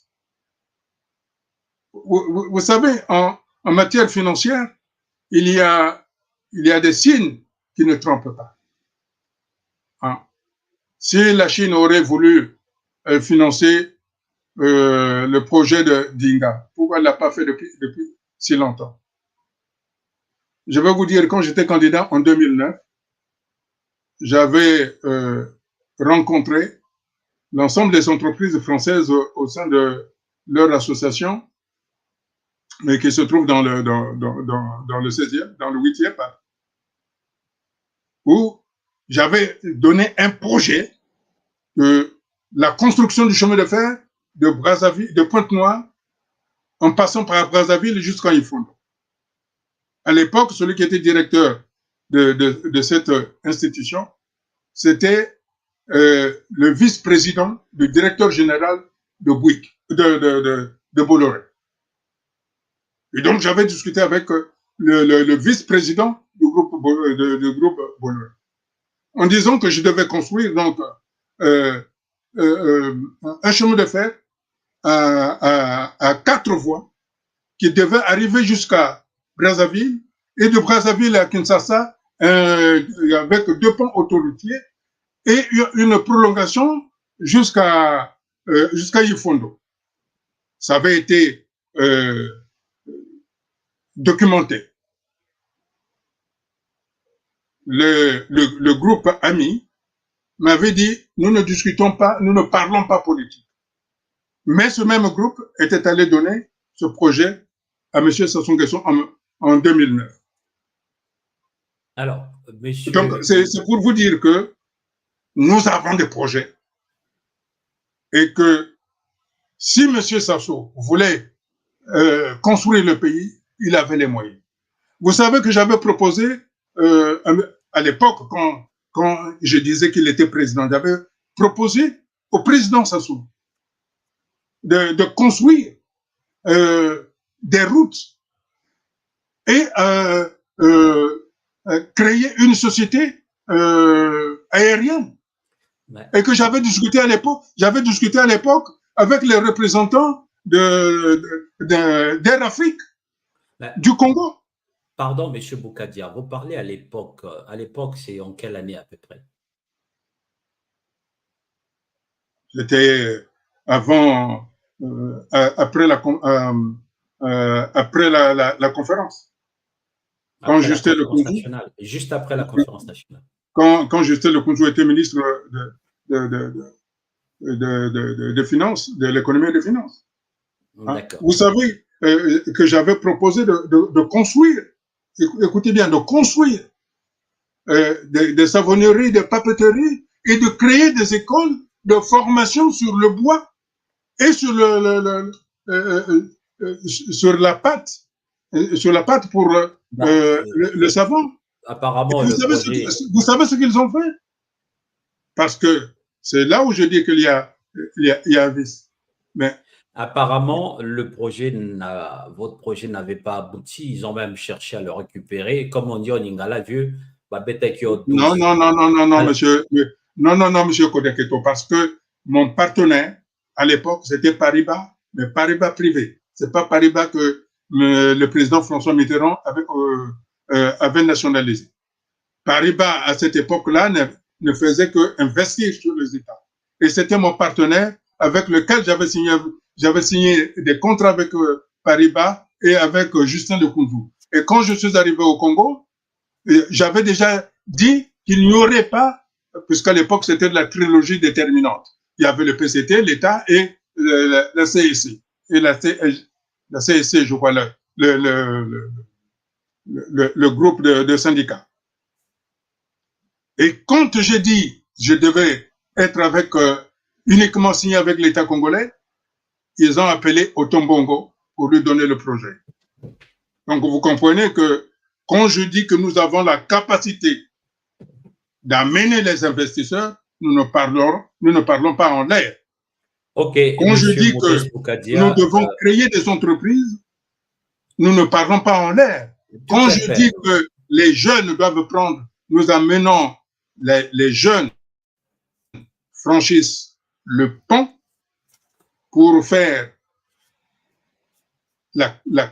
entre la génération de nos pères fondateurs, plus ceux qui ont amené la République Kayenka, qui n'a pas bien fonctionné jusqu'à sa faillite, jusqu'à l'utilisation de la fausse monnaie, pour aller vers la nouvelle République, parce que là, c'est de la responsabilité de la jeunesse. Ok, merci Monsieur Modeste Boukadia. Nous allons tout doucement mais lentement vers la fin de notre émission. Vous avez parlé de vos projets, d'ailleurs que M. Tombongo avait récupéré, d'où le fait que je vous ai dit en lingala que ma bête est 12. Mais comme vous n'entendez pas trop bien lingala, donc c'est un peu difficile que vous compreniez ce que je suis en train de dire. Monsieur Modeste Boukadia, effectivement, vous avez déjà parlé de ça et je reviens sur les élections de 2026, puisque l'année 2025 se pointe, ça va être la préparation de l'élection de 2026. Vous avez commencé à parler compte tenu des difficultés du pays, que ce soit social, économique ou voilà. Le pays en ce moment, quasiment rien ne marche et le président et son gouvernement doivent en réalité se retrouver avec les gens de l'opposition, de la société civile pour essayer de regarder les vrais sujets du pays. Alors, l'opposition à travers Jean-Félix Dembatello, que vous connaissez peut-être très bien, a récemment réclamé un dialogue avant les élections présidentielles de 2026, même si vous ne voulez pas nous dire si vous serez candidat ou pas, et a posé des conditions, notamment la libération des prisonniers politiques comme Jean-Marie Michel Mokoko. Alors, ma question est simple, partagez-vous ces revendications et pensez-vous que le dialogue avec le pouvoir actuel est encore d'actualité? Vous savez, Ou possible? j'ai toujours dit quand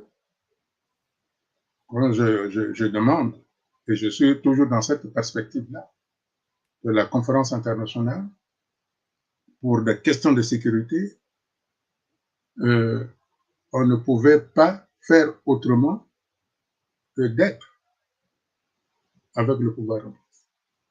Quand j'avais été reçu à l'Union européenne et au Congrès, ainsi qu'à la Maison-Blanche, on m'avait demandé que faites-vous du président Denis Sassou Nguesso.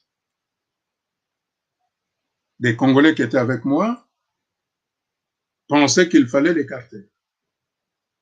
Moi, j'avais dit, je suis dans la logique, dans la détermination du président Nelson Mandela qui n'a jamais mis ses prédécesseurs en prison. Et comme je suis aussi dans la logique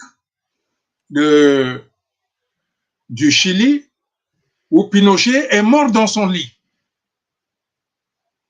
Et donc, la conférence internationale avait pour but de réfléchir sur les institutions à mettre en place au Congo-Brazzaville. Et l'Union européenne, où je dis bien, où j'étais avec des Congolais, m'avait dit qu'il fallait d'abord organiser une table ronde pour bien ficeler les sujets qui devaient être abordés à la conférence internationale. Et que l'Union européenne avait bien insisté qu'il inscrirait la conférence internationale sur l'agenda du Conseil de sécurité.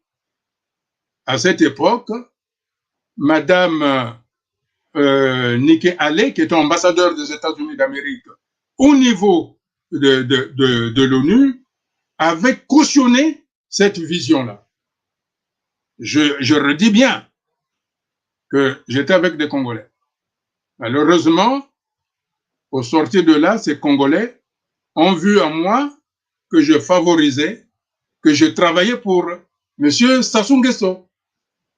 Et ils m'ont mené la guerre parce que je voulais... Vous avez travaillé pour le M. Sassou Nguesso, le président Sassou, bien sûr. Allez-y. C'est ce qu'ils ont dit, parce que j'étais favorable dans la continuité de la politique du président Nelson Mandela. Et il y a eu une campagne qui a été menée sur la place de Paris, que Boukadia c'était un agent infiltré. Mais aujourd'hui, je me rends compte que tout le monde veut travailler avec Denis Sassou Nguesso. Que du temps perdu. Que du temps perdu. Monsieur Modeste Boukadia, comme je disais. Mais je reviens à votre question. Rapidement, s'il vous plaît. On commence à Je reviens à votre question.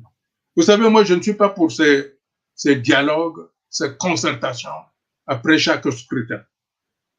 Ça a commencé en 2009. Il a fallu une concertation. Hein? Et on avait chassé Madame Niali, qui voulait être président de cette concertation-là, pour le mettre, pour le donner à quelqu'un d'autre qui était beaucoup plus flexible. Donc moi, les dialogues que l'on fait parce qu'il y a un scrutin, ça ne m'intéresse pas. Moi, ce qui m'intéresse, c'est quelque chose de stable, de solide, qui doit perdurer. C'est pour ça que je dis qu'il faut aller vers une conférence internationale. Il y a des précédents. On peut voir Marcoussi, par exemple. Il y a beaucoup de pays. Il y a beaucoup de pays. Donc, je ne vois pas pourquoi les Congolais tervergissent sur la conférence internationale. Pourquoi ils acceptent des dialogues? Parce qu'il y a un scrutin.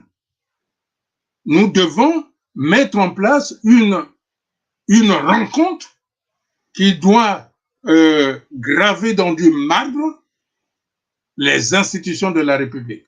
C'est pour ça que je dis qu'il nous faut une solution politique qui ne dépend que de M. Denis Sassou Nguesso pour arriver vers un compromis politique historique, mettre en place un gouvernement de transition de 5 ans, et à ce moment-là, nous pourrons parler des élections libres et transparentes. Monsieur, et à ce moment-là, vous pourrez me poser la question si je serai candidat. Mais il n'y a pas de souci, la question reste posée. Je reviendrai vous reposer la même question si vous serez candidat ou pas. Monsieur Modeste Bokadia, nous sommes arrivés presque quasiment au terme de notre émission. J'ai quelques questions que je ne vous ai pas encore posées et je vous demanderai avec beaucoup de respect de répondre en 30 secondes si possible. On va aller vite parce que vous, les hommes politiques, lorsque vous parlez, vous avez envie de tout vider. Alors donc, vraiment de grâce, essayez rapidement, en quelques secondes seulement, de répondre de tic au tac jusqu'à ce qu'on arrive à terminer l'émission et puis je vous laisserai le mot de la fin. Monsieur Bokadia, rapidement, je rebondis juste par rapport à ce que vous venez de le dire. En tout cas, il y a possibilité de me pardonner pour cette question. Vous avez dit tout à l'heure qu'il y a eu des gens qui étaient avec vous, qui vous ont dit que vous travaillez avec Monsieur Sassou. Alors, ma question est simple, répondez franchement et directement, surtout de grâce, ne faites pas François Hollande, le bonjour de François Hollande, ni Cahuzac, mais dites la vérité devant les Congolais. Est-ce que d'une manière ou d'une autre, dans votre vie, vous n'avez pas travaillé avec le président Denis Sassou Nguesso?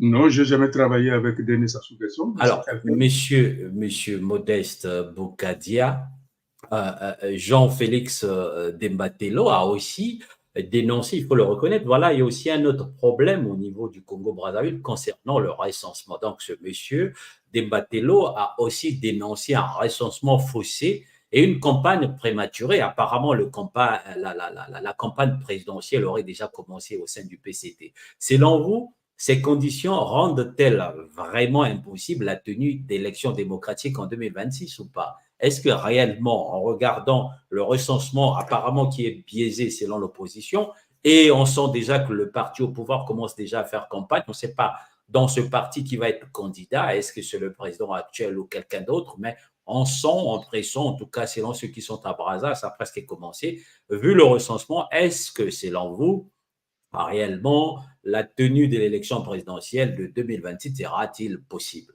Dans ces conditions, bien sûr. Rapidement, s'il vous plaît. Je ne pense pas. Je ne pense pas. Je ne sais même pas s'il y a eu un recensement parce que je n'ai pas été recensé. Hein. Je suis congolais. Hein. Ben, vous êtes à l'étranger. Vous êtes, vous êtes congolais. Vous êtes français également. Hein. Monsieur Kodeketo, laissez-moi vous dire que en 1992, quand il y a eu le recensement au Congo, j'ai assuré la vice-présidence de la commission de recensement à Paris. Ça veut dire que les Congolais de l'étranger étaient recensés. Oui, mais depuis là, les choses ont changé. Pour être recensé, il faut être à Brazzaville, au Congo. Vous vous plaisez à ce que vous ne soyez pas recensé? Non, pas du tout. En tout cas, le législateur, en réalité, puisque les députés sont là pour ça et le Sénat, il suffit de modifier parce que nous, les Congolais de l'extérieur, on a envie d'aller voter, de choisir aussi notre président. Ce n'est que normal. Mais moi, je vous parle des faits. Moi, je ne fais pas de la politique politicienne. Je vous parle de ce qui est là maintenant. Mais en réalité, il faut changer la loi, tout simplement, parce que les Congolais de l'extérieur ont bel et bien envie, depuis d'ailleurs longtemps, de voter. Mais on ne sait pas pourquoi la majorité, le président et son gouvernement et d'autres gouvernements n'ont jamais voulu pointer sur ce sujet-là. Ils sont là d'ailleurs pour nous mettre Non, mais je vous dis, ministre des Congolais de l'étranger, mais quand il s'agit vraiment de parler des Congolais de l'étranger comme il se doit, avec des votes qui vont avec, ils ne le font pas. Ça, je le reconnais, M. Boukadia. moi, Rapidement. je vous dis que je ne crois pas à cette élection parce que beaucoup de choses peuvent arriver. Je vous ai donné l'exemple du Darfour et de l'Érythrée et de Rwanda également. Alors, Monsieur Modeste Boukadia, encore une question. Je redis encore, c'est peut-être un peu polémique, mais vraiment pas. En tout cas, pardon encore une fois pour la question que je vais vous poser tout de suite. Vous avez aujourd'hui, si j'ai une bonne mémoire, peut-être je me trompe, c'est à vous de me le dire, je dirais presque en prenant une fourchette entre 69 ans à 70 ans, voire peut-être 71 ans, mais je dirais beaucoup plus 70 ans.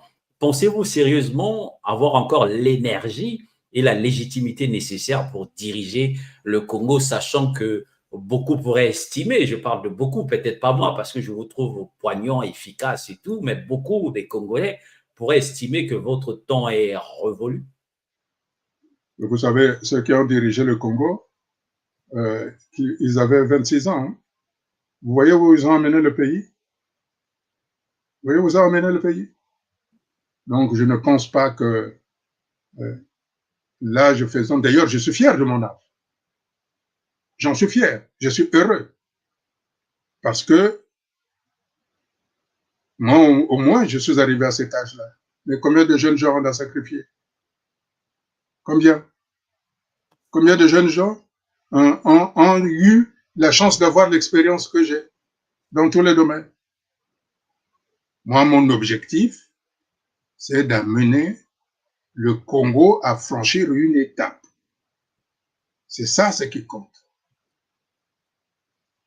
Comme Alors, Nelson Mandela a amené l'Afrique du Sud d'un point à un autre point. Mon objectif, c'est d'amener la jeunesse de sortir de pionniers servis à la jeunesse de construire la nouvelle République. Et c'est cette voie-là que j'incarne. Monsieur Boukadia, là, je parle de vous, je parle de la personne, hein, parce que c'est toujours important de s'intéresser à l'homme politique, à la vision de l'homme politique, puisque vous venez de l'étaler presque ici, à les objectifs que vous avez, mais aussi à votre énergie. Et je vous ai posé une question, je dirais peut-être à peu près polémique, mais permettez-moi de continuer un peu dans ce sens, non pas pour vouloir vous enfoncer, absolument pas du tout, mais pour essayer de comprendre ce qui se passe un peu dans la tête, je dirais, des Congolais, surtout des jeunes, puisque vous défendez, vous parlez beaucoup des jeunes. Je dirais tout simplement que certains pourraient, et je dis bien certains pourraient dire que vous êtes un homme politique du passé, vous avez fait votre temps, un produit, passez-moi le mot, un produit qui ne produit presque plus rien. Est-ce que vous êtes encore le modeste Boukadia d'hier qui soulevait les foules, puisque vous venez de le dire, lorsqu'il passait, les gens étaient encore là, ils avaient envie d'écouter parce que c'était intéressant, il y avait de l'énergie, il y avait de l'idée, il y avait beaucoup de monde, ou aujourd'hui, comme dirait l'autre, vous êtes peut-être déjà un homme du passé, c'est déjà fini pour vous, il faut juste préparer la jeunesse qui va venir, monsieur Modeste Boukadia. Vous savez, de là où je viens, j'aimerais me trouver en face avec quelqu'un sur un ring pour savoir hein, si je suis encore là. Hein. Moi, j'ai fait de la prison, on m'a torturé. Mon cardiologue m'a dit, Monsieur Boukadia, vous ne savez pas d'où vous venez. On ne savait même pas si on devait euh, vous ramener. Mais je comprends, je comprends. Vous savez qu'il y a les membres du PCT qui téléphonaient pour savoir quand est-ce que j'allais mourir. Mais je suis prêt à rentrer dans un ring avec Denis Sassou Nguesso, on verra qui va gagner. Monsieur Modeste Boukadia, Encore pardon, je sais que vous avez déjà répondu, que vous n'avez pas envie de répondre à cette question parce que j'ai l'impression que vous fouillez toujours cette question, mais bon, je vais toujours insister à mon habitude. C'est vrai qu'on ne sait pas ce que la nature nous réserve demain et vous avez tout à fait raison sur la rhétorique là-dessus. Il n'y a rien à dire. Je suis d'accord avec vous, mais au moins, on espère également, nous encore vivants sur cette planète Terre, que Dieu va nous garder encore jusqu'en 2027, 2026 et j'en passe. Alors, on va essayer tout simplement de faire de la politique fiction, vraiment de grâce. On va essayer de supposer que vous et moi, on serait bel et bien en 2026. Monsieur Modeste Bokadia, ma question est simple. Est-ce que seriez-vous candidat en 2026? À quand le retour à Brazzaville? Vous savez, je peux repartir demain. Je peux repartir demain. Le problème, c'est que ce sont ceux qui sont à Brazzaville qui doivent se poser des questions, mais quand il va arriver, qu'est-ce qu'on va devenir? Mais je ne suis pas quelqu'un de belliqueux. Je suis franc, honnête. J'aime mon pays, j'aime mon peuple et je revendique le droit au bonheur, au progrès pour ce peuple-là, sans exception. Moi, je ne me réfugie pas dans mon petit PCA où je considère que c'est ça le centre du monde. Moi, mon pays, c'est toute la République du Congo, telle que nous l'avons hérité de nos pères. Et donc, je rentrerai le moment venu et je vous ferai savoir. Vous savez, quand je pars au Congo, je le dis toujours.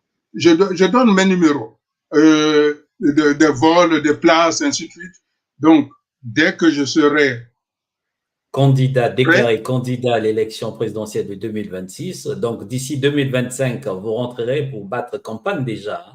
Et moi, je je vous ai serai le dit, premier à vous soutenir. Je prendrai même un congé sabbatique pour ça. je me méfie souvent des gens qui font de telles promesses. Mais néanmoins, je vous fais confiance. Ceci Donc, étant dit, si vous me faites confiance, donc vous seriez candidat en 2026. non, mais Batata, Bamama non, non, Bandeko, non, non. mesdames et Je vous, messieurs, je vous dis, monsieur Modeste Boukadia nous a confirmé ici qu'en 2026, il sera candidat à l'élection présidentielle. Alors, monsieur Modeste Boukadia, nous arrivons à la fin de cette émission. Nous avons tenté d'aborder un maximum de sujets possibles avec vous, même si c'est là n'a pas toujours été, effectivement, il faut le reconnaître, facile avec vous parce que ça montre effectivement que quand on est dans un ring avec vous, c'est pas toujours facile. Vous m'avez quand même donné des coups, je le reconnais sérieusement. Quel est votre mot de conclusion? en tout cas, la question reste comment s'en sortir de cette situation. Je pense que la réponse est simple.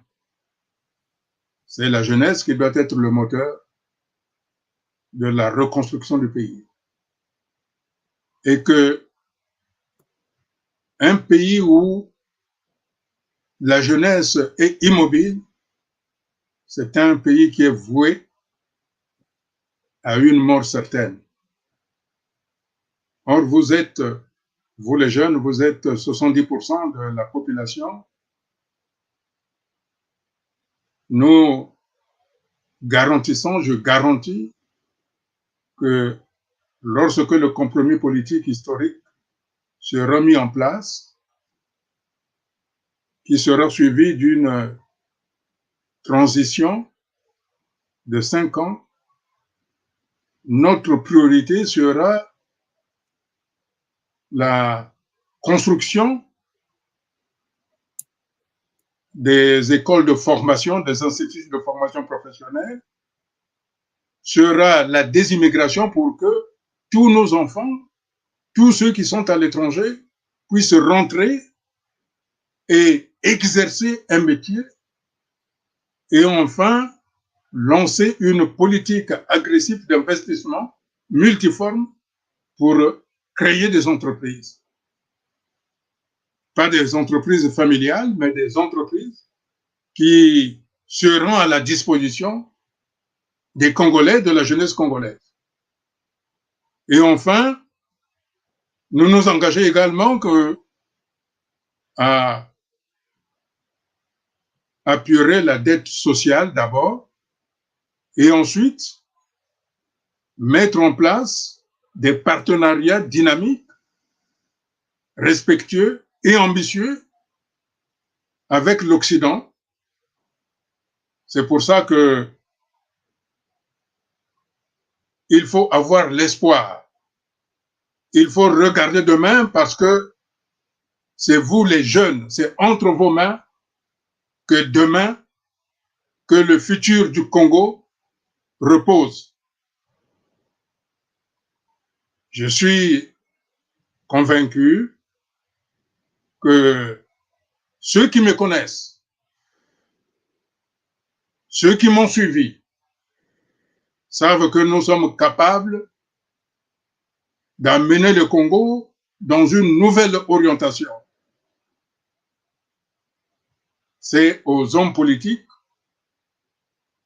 que je voudrais m'adresser en disant que, au-delà de nos différences idéologiques, de nos conceptions de la nation, il est un impérieux devoir d'hommes politiques, de femmes politiques, de faire naître l'union nationale qui va nous garantir la tranquillité, l'apaisement et la stabilité dont le pays a besoin. Je disais aussi que plaie d'argent n'est pas mortel. Ça veut dire que après les moments difficiles que nous traversons, notamment par la faillite de l'État reconnu par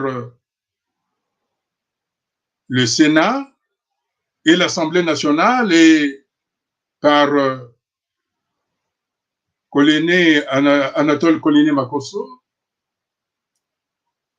nous reconnaissons aussi que la difficulté que le Fonds monétaire international ne veut plus reconditionner la dette du Congo, bien que certaines institutions financières étrangères rachètent la dette du Congo pour bien enfoncer le Congo, nous avons des solutions à toutes ces questions. C'est pour ça que je demande à la jeunesse de ne pas se distraire dans des débats qui n'apportent absolument rien. Aujourd'hui, le temps est venu, comme à l'époque. À l'époque, on disait, Youlou a tout volé, nous allons reconstruire. Disons aujourd'hui, ça soit tout volé, mais c'est maintenant que nous devons reconstruire le pays. J'ai Bah, espoir en cela. Je vous remercie. Je sais que le peuple congolais, la jeunesse congolaise est la plus talentueuse et c'est à vous de le montrer à la face du monde. Bah, tata, bah, maman, bah, déco, mesdames et messieurs, vous êtes en train de suivre Afrique TV, votre chaîne d'opinion, la télé et sur le web, pas comme les autres. J'ai dit tout à l'heure en confirmant, en réaffirmant peut-être que Monsieur Boukadia s'est lancé dire, je pensais, je lisais, j'étais même la pensée qui pensait avant qu'il pense d'ailleurs par rapport à ce qu'il a dit, qu'il était candidat à l'élection présidentielle de 2026. Je vois comme tac ici là déjà que non, M. Boukadia n'est pas candidat. Il n'a pas dit de sa propre bouche qu'il était candidat. Il faut que les choses soient claires. M. Boukadia, on a terminé l'émission. Vous avez dit tout à l'heure, chose que je n'avais pas pensé d'ailleurs, que vous parlez du Premier ministre Koliné Makosso. Alors, rapidement, on a fini. Vous avez déjà dit votre dernier mot, mais est-ce qu'il est compétent, notre Premier ministre? Est-ce qu'il ne devrait pas démissionner, par exemple, puisqu'ils ont tout volé?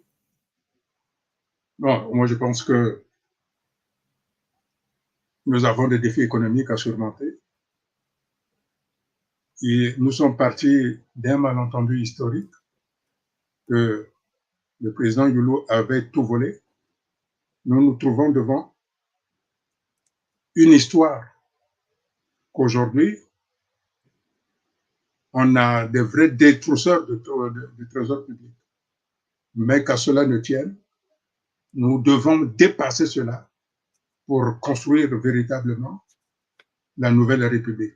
L'objectif Merci. de la jeunesse, la mission qui incombe à la jeunesse, c'est construire la nouvelle République. Merci, monsieur. Peu importe le passé. Merci, Regardons vers merci. le futur. Merci, Monsieur Modeste Boukadia, même si vous ne répondez pas à ma question du Premier ministre, s'il devait démissionner. Alors, Batata, Bamama, Pandeko, mesdames et messieurs, nous avons pu entendre aujourd'hui la vision d'un homme qui, malgré les défis, continue de croire en un Congo meilleur. Monsieur Modeste Boukadia, merci d'avoir partagé avec nous votre engagement pour la jeunesse, pour l'unité et pour le développement de notre pays. L'avenir du Congo dépendra sans doute de la capacité de ses dirigeants actuels ou futurs à rassembler, à redresser et à offrir des perspectives d'espoir à une population qui n'attend que cela.